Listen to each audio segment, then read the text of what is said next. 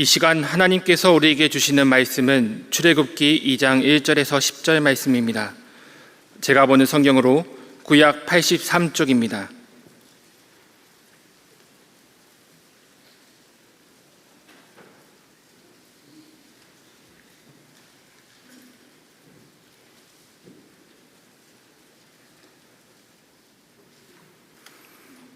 하나님의 말씀을 봉독하겠습니다. 레위 가족 중 한 사람이 가서 레위 여자에게 장가들어 그 여자가 임신하여 아들을 낳으니 그가 잘생긴 것을 보고 3달 동안 그를 숨겼으나 더 숨길 수 없게 되매 그를 위하여 갈대 상자를 가져다가 역청과 나무진을 칠하고 아기를 거기 담아 나일 강과 갈대 사이에 두고 그의 누이가 어떻게 되는지를 알려고 멀리 섰더니 바로의 딸이 목욕하러 나일 강으로 내려오고 시녀들은 나일 강가를 거닐 때에 그가 갈대 사이에 상자를 보고 시녀를 보내어 가져다가 열고 그 아기를 보니 아기가 우는지라.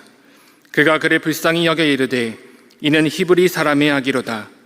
그의 누이가 바로의 딸에게 이르되 내가 가서 당신을 위하여 히브리 여인 중에서 유모를 불러다가 이 아기에게 젖을 먹이게 하리이까.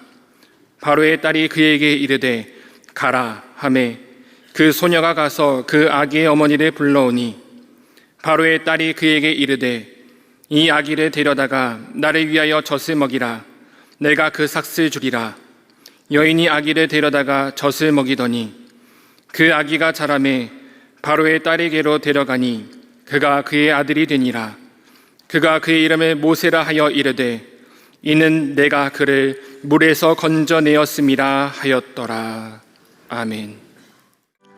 출애굽기는 이스라엘 백성들이 어떻게 애굽 땅에서 가나안 땅으로 해방되어 가게 되었는지를 말씀해 주고 있습니다. 그리고 1장은 이스라엘 백성들이 어떻게 애굽 땅에서 번성하게 됐는지를 반복해서 강조하고 있습니다.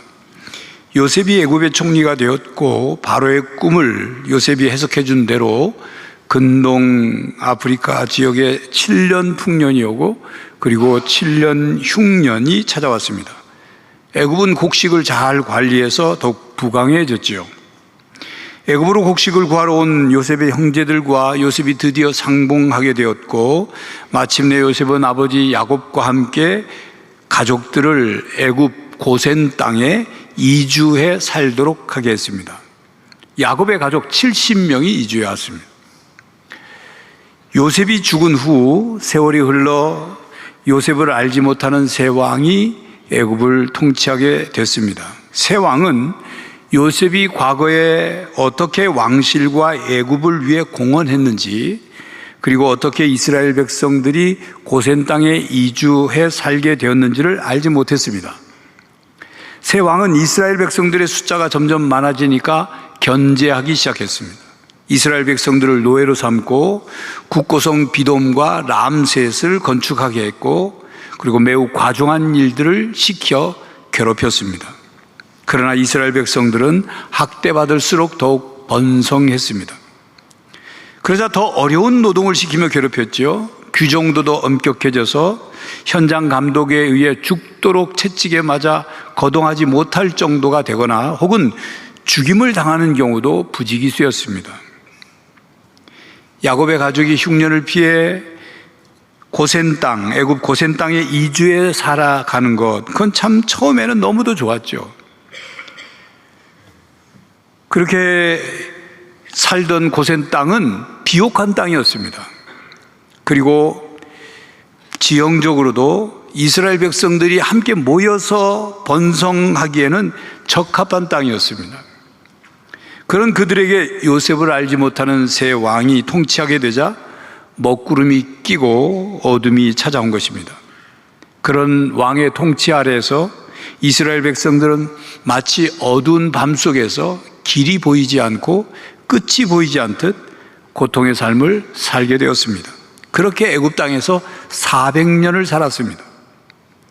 그 사이 절망 속에 죽어간 사람도 있고 자포자기하면서 살아가는 사람도 있었고 또 엄청난 노역에 시달리며 신음소리를 내며 하나님께 원망하는 사람도 있었습니다. 그런 학대와 노역 가운데서도 이스라엘 백성은 더욱 번성하며 창성해졌습니다. 하나님의 은혜죠. 생육하고 번성한 것입니다. 이것은 창조시대에 최초 인류의 조상인 아담과 하와에게 하나님께서 주신 복입니다. 그리고 그 복은 노아에게도 주신 복이고 믿음의 조상 아브라함에게도 주신 약속이자 복이죠. 그 약속과 복은 어둠의 시대 속에서도 성취되고 있었습니다. 모두가 외면한 것 같아도 하나님은 주목하며 지켜보고 계셨고, 이스라엘이 하나님의 백성으로 버림받은 것 같아도 하나님은 그들을 버리지 않으셨습니다. 어둠이 더욱 깊어질수록 하나님의 구원의 아침은 다가오고 있었습니다. 그렇습니다. 신앙인은 삶의 어둠이 가득하더라도 하나님께서 구원의 아침을 준비하고 계심을 믿고 기다려야 합니다. 애굽 땅에 사는 이스라엘 백성들에게 점점 더 잔인한 통치가 이루어져 갔습니다. 애굽 왕은 이스라엘 백성을 탄압하는 특단의 조치로 히브리 산파들에게 말하여 해산을 도울 때 산에 아이를 낳으면 죽이라 했습니다. 일명 남아 살해 정책입니다. 그러나 1장 17절을 보면 산파들이 하나님을 두려워하여 애굽 왕의 명령을 어기고 남자 아기들을 살렸습니다. 이를 알게 된 애굽 왕이 산파들을 불러서 어찌하여 남자 아기들을 살렸느냐 물었죠. 근데 산파들은 히브리 여인들은 애굽 여인들보다 건강해서 해산 소식을 듣고 달려가도 벌써 해산을 다 끝냈습니다. 그렇게 대답했어요. 히브리 산파들은 유아들을 대학살하려는 권력자에게 순응하지 않고 재치 있게 변명을 한 거죠. 그러자 애굽 왕은 온 애굽에게 명령하기를 이스라엘 사람에게 아들이 태어나거든 그를 나일강에 던지라는 잔인한 명령을 내렸습니다. 왕의 명령 앞에 산파 십부라와 부하는 그 명령을 어기기로 선택했습니다. 그 산파들은 왕의 명령을 두려워한 것이 아니라 하나님을 두려워했습니다. 산파 십부라의 이름의 뜻은 아름답다는 뜻이고 부하의 이름의 뜻은 화려하다는 뜻의 이름입니다. 그들은 외모가 아름답고 화려했는지는 알 수 없지만 그들의 마음과 영혼은 아름답고 화려했습니다. 생명을 사랑하고 존중했을 뿐만 아니라 하나님을 사랑하고 경외하는 신앙으로 살았기 때문입니다. 그들의 선택은 목숨을 건 선택이었습니다. 당시 최고의 권력자인 바로의 명령을 어겼다는 사실이 발각이 되면 그들은 당연히 죽을 수밖에 없는 거죠. 그러니 그들의 신앙은 순교자적인 신앙입니다. 죽으면 죽으리라는 각오죠. 땅에서 수많은 생명을 죽이고 살리는 권한을 가진 바로를 두려워하지 않고 영원히 생명의 권한을 가지신 하나님을 두려워하는 신앙을 그들이 가지고 있었습니다. 여기서 재미있는 기록을 보면 출애굽기 1장에는 산파 십부라와 부하의 이름은 분명하게 기록되었는데 애굽 왕의 이름은 전혀 나오지 않습니다. 바로라고 나온 그거는 왕의 이름이 아니에요. 그 뜻은 큰 집이라는 뜻이고 존귀한 왕이라는 뜻을 담아서 왕을 그렇게 부르는 거지 그의 이름은 아닙니다. 이것은 하나님께서 세상의 최고 권력자의 이름은 기억하지 않으셔도 하나님을 경외하는 사람들의 이름은 기억하시고 기록하셨다는 의미입니다. 그렇습니다. 산파들은 애굽의 바로 왕에 비하면 보잘것없는 사람일 수 있죠. 그렇지만 성경에 기록된 믿음의 사람의 이름은 그가 지위가 높으냐, 돈을 많이 가졌느냐, 그가 얼마나 똑똑하느냐에 따라서 기록된 것이 아닙니다. 그가 하나님을 믿느냐, 그가 하나님을 경외하느냐, 그가 하나님의 뜻을 이루기 위해 믿음으로 선택하고 응답했느냐를 보시고 기록되었습니다. 그리고 하나님은 산파들의 신앙을 보시고 그들에게 복을 주셨습니다. 1장 20절 21절입니다. 하나님이 그 산파들에게 은혜를 베푸시니 그 백성은 번성하고 매우 강해지니라. 그 산파들은 하나님을 경외하였으므로 하나님이 그들의 집안을 흥왕하게 하신지라. 사무엘상 2장 30절에 보면 이런 말씀이 있어요. 나를 존중히 여기는 자를 내가 존중히 여기고. 하나님의 말씀이죠. 하나님이 이 약속의 말씀을 그대로 산파들에게 은혜를 베푸신 것과 같은 것입니다.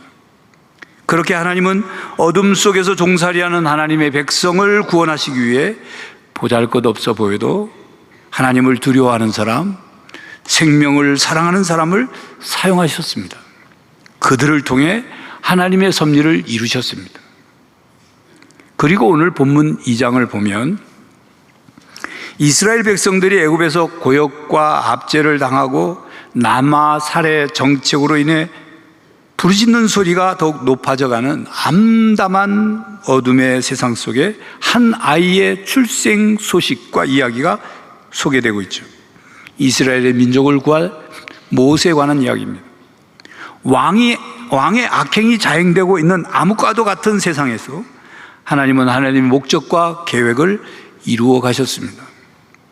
어둠이 깊어도 아침은 옵니다. 닭이 울지 않아도 새벽은 옵니다. 개가 짖어도 기차는 달립니다. 하나님은 하나님의 시간표대로 역사를 운행하십니다. 이스라엘 백성이 애굽이라는 암흑 속에서 탄식하고 신음하고 있을 때 하나님은 움직이셨습니다.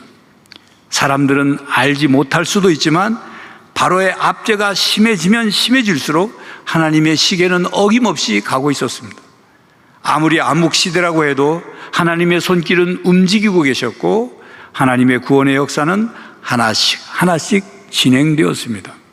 하나님은 그 어둠 속에 사람을 준비시키셨고 그들을 사용하여 하나님의 역사를 이루어 가셨습니다.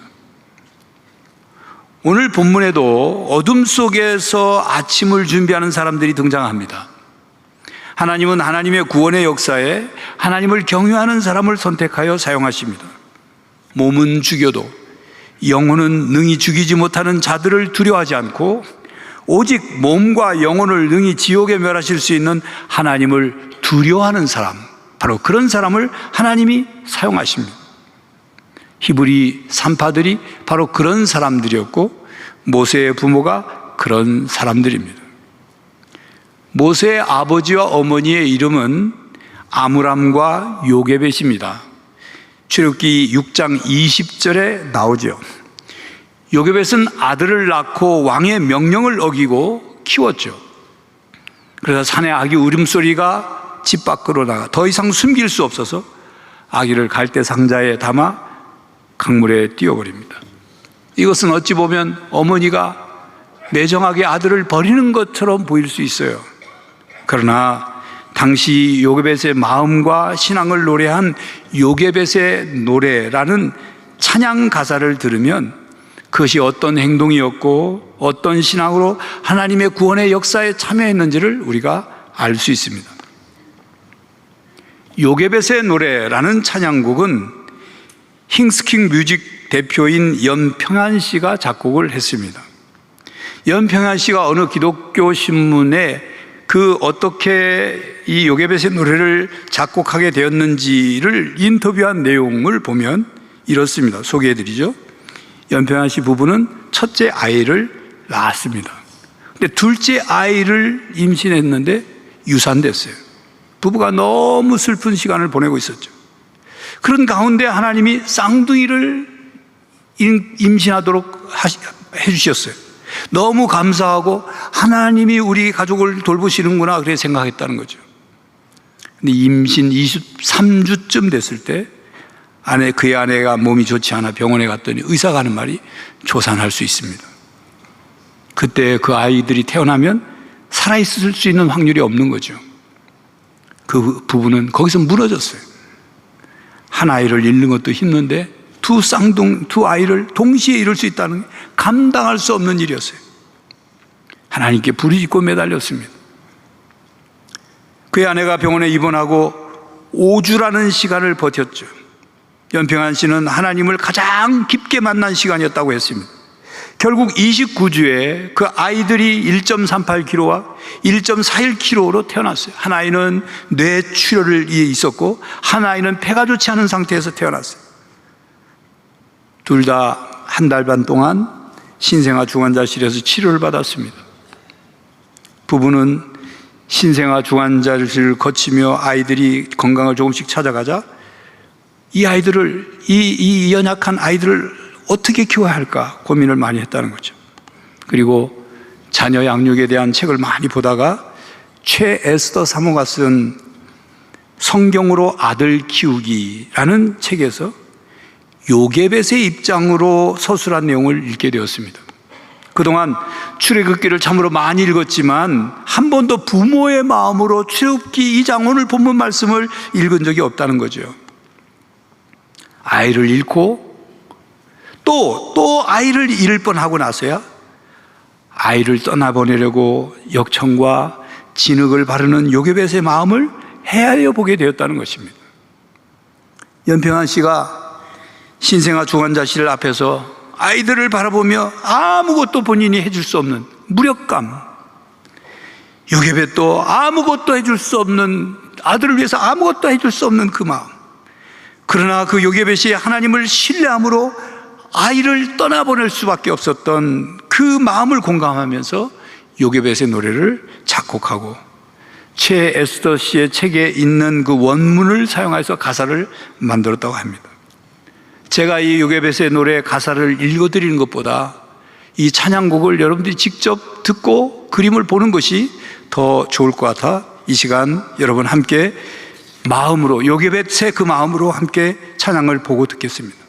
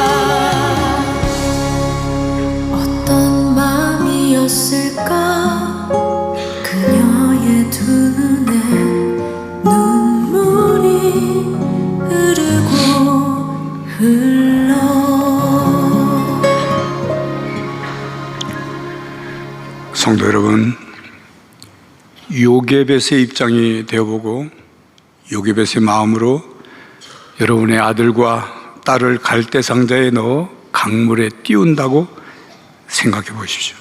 저는 이 찬양을 들을 때마다 가슴이 미어옵니다. 눈물도 흐릅니다. 내가 모세의 부모 입장이었다면 나는 어떤 신앙으로 어떻게 했을까를 생각합니다.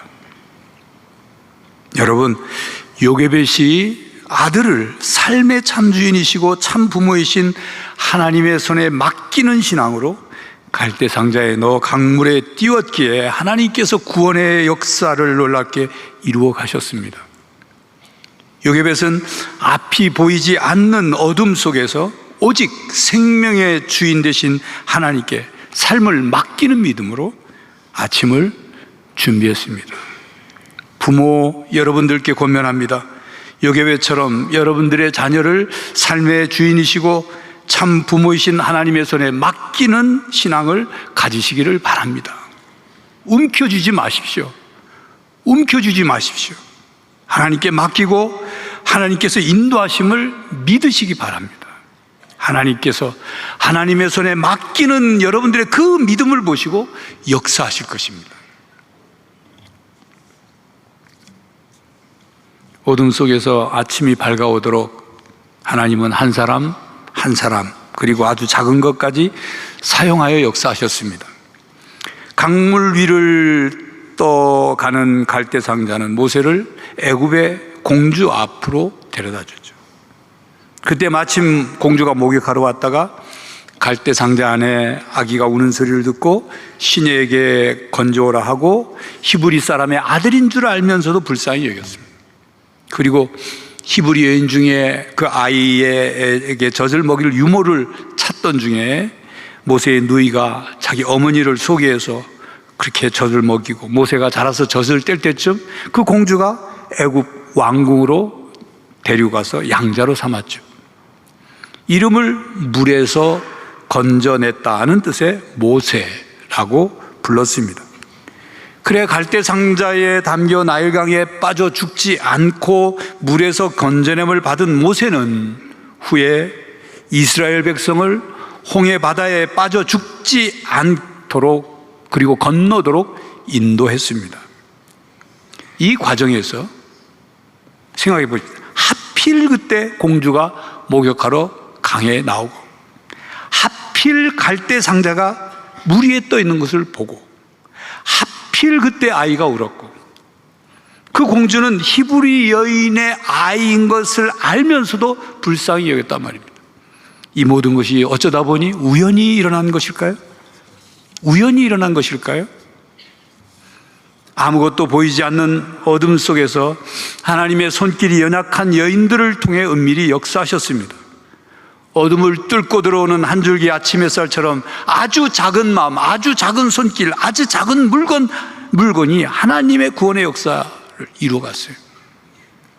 하나님의 구원의 역사는 위대한 사람, 위대한 것, 위대한 순간에만 이루어지는 것이 아닙니다. 아주 연약하고 보잘것없는 작은 사람과 작은 물건을 통해 그리고 지나칠 수 있는 평범한 순간에 이루어집니다.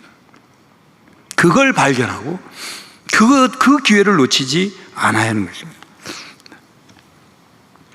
여러분, 스타 강사 김미경 씨를 아십니까? 그의 간증을 들어보셨습니까? 그의 어머니는 권사님이었고 딸들을 위해 수십 년을 기도했습니다. 그런데 그는 하나님에 대해서 아예 생각해 본 적도 없고 기독교에 대해서는 굉장히 부정적이었습니다.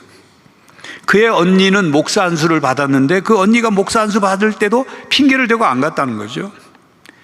그렇게 열심히 살면 되겠다 싶어서 바쁘게 열심히 성공을 위해 사는 노예가 되어 살다가 회사가 부도 직전에 이르게 된 거예요. 이 위기를 극복하기 위해서 백방으로 노력하다가 결국 희망이 보이지 않자 죽기로 마음을 먹고 실행하기 전 그날도 몹시 힘든 상태에서 전화기를 보니까 부재중 전화가 김미원이라고 떠 있다랍니다. 김미연은 언니 이름이에요. 그날따라 언니에게 전화를 해서 언니 나 죽을 거야 라고 말이라도 하고 싶더라는 거죠. 그래서 전화를 걸었는데 언니 나 죽을 거야 라는 말은 나오지 않고 언니 나 좀 살려줘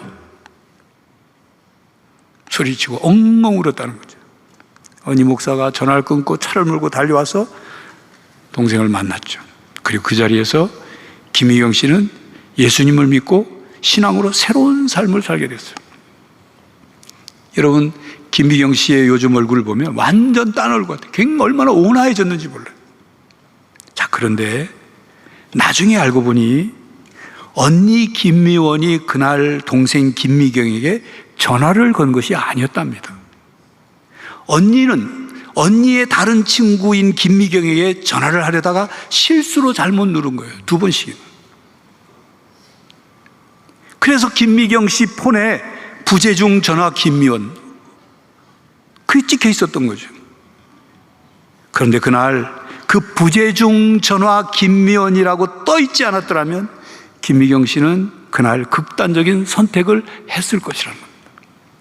그러면서 김미경 씨가 뭐라고 신앙 고백을 하냐면 그날 하나님이 날 살리시려고 나에게 부재중 전화를 걸어주신 거예요. 언니가 잘못 건 2번의 전화를 하나님께서 김미경 씨를 살려내는 방법으로 사용하신 겁니다. 여러분, 전화 한 통도 중요합니다. 작은 일도 중요합니다. 아주 작은 역할도 매우 중요합니다. 어둠 속에서 아침이 밝아오도록 하나님은 사람들을 준비시키셨습니다. 모세를 들어 쓰시기 위해 산파들과 모세의 어머니와 누나, 애굽의 공주, 시녀들을 사용하셨습니다. 생명을 사랑하는 사람들, 하나님을 두려워하여 경외하는 사람들, 삶의 주인 되신 하나님께 모든 것을 맡기는 사람, 그리고 생명을 불쌍히 여기는 사람을 구원의 아침을 여는 사람으로 하나님의 섭리를 이루는 도구로 사용하셨어요. 여러분, 우리 삶에는 걸림돌이 되는 사람이 있는가 하면 디딤돌이 되는 사람도 있습니다. 회방하는 사람이 있는가 하면 헌신하는 사람도 있습니다. 그렇다면 하나님을 믿고 예수 그리스도를 주로 모시고 사는 우리 신앙인들은 어떤 사람이 되어야 하겠습니까?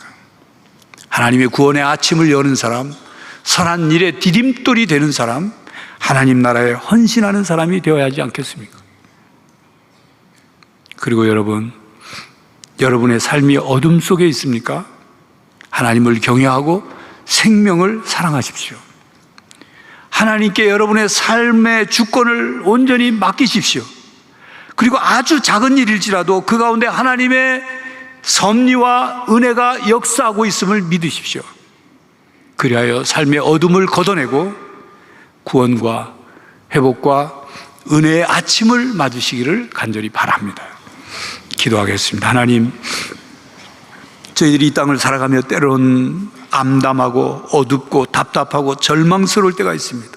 앞이 캄캄할 때가 있습니다. 그때도 하나님의 시계는 가고 있고 하나님의 구원의 손길은 움직이고 있으며 하나님의 역사는 내 안에 이루어지고 있음을 믿게 하시고 믿고 기다리며 그리고 더욱 하나님께 모든 것을 맡김으로 우리의 삶의 어둠이 걷히고 구원의 아침이, 회복의 아침이, 은혜의 아침이 오게 하여 주시옵소서. 예수 그리스도의 이름으로 기도하옵나이다. 아멘. 성도 여러분, 하나님은 하나님을 경외하는 사람, 생명을 사랑하는 사람, 삶의 주인 되시는 하나님께 모든 것을 맡기는 사람, 생명을 불쌍히 여기는 사람을 사용하여 구원의 역사를 이루어 가십니다. 하나님께서 들어 쓰시는 하나님의 사람이 되어 삶의 어둠을 몰아내고 아침을 맞이하는 성도들이 되시기를 간절히 바랍니다. 지금은 우리 주 예수 그리스도의 은혜와 하나님 아버지의 사랑과 성령 하나님의 교통하심이 하나님이 들어 쓰시는 하나님의 사람이 되어 이 땅의 어둠을 몰아내고 은혜와 회복과 구원의 아침을 맞이하며 살기로 다짐하는 모든 성도들과 가정과 삶의 현장 위에 이제로부터 영원히 함께 하시기를 간절히 축원하옵나이다. 아멘.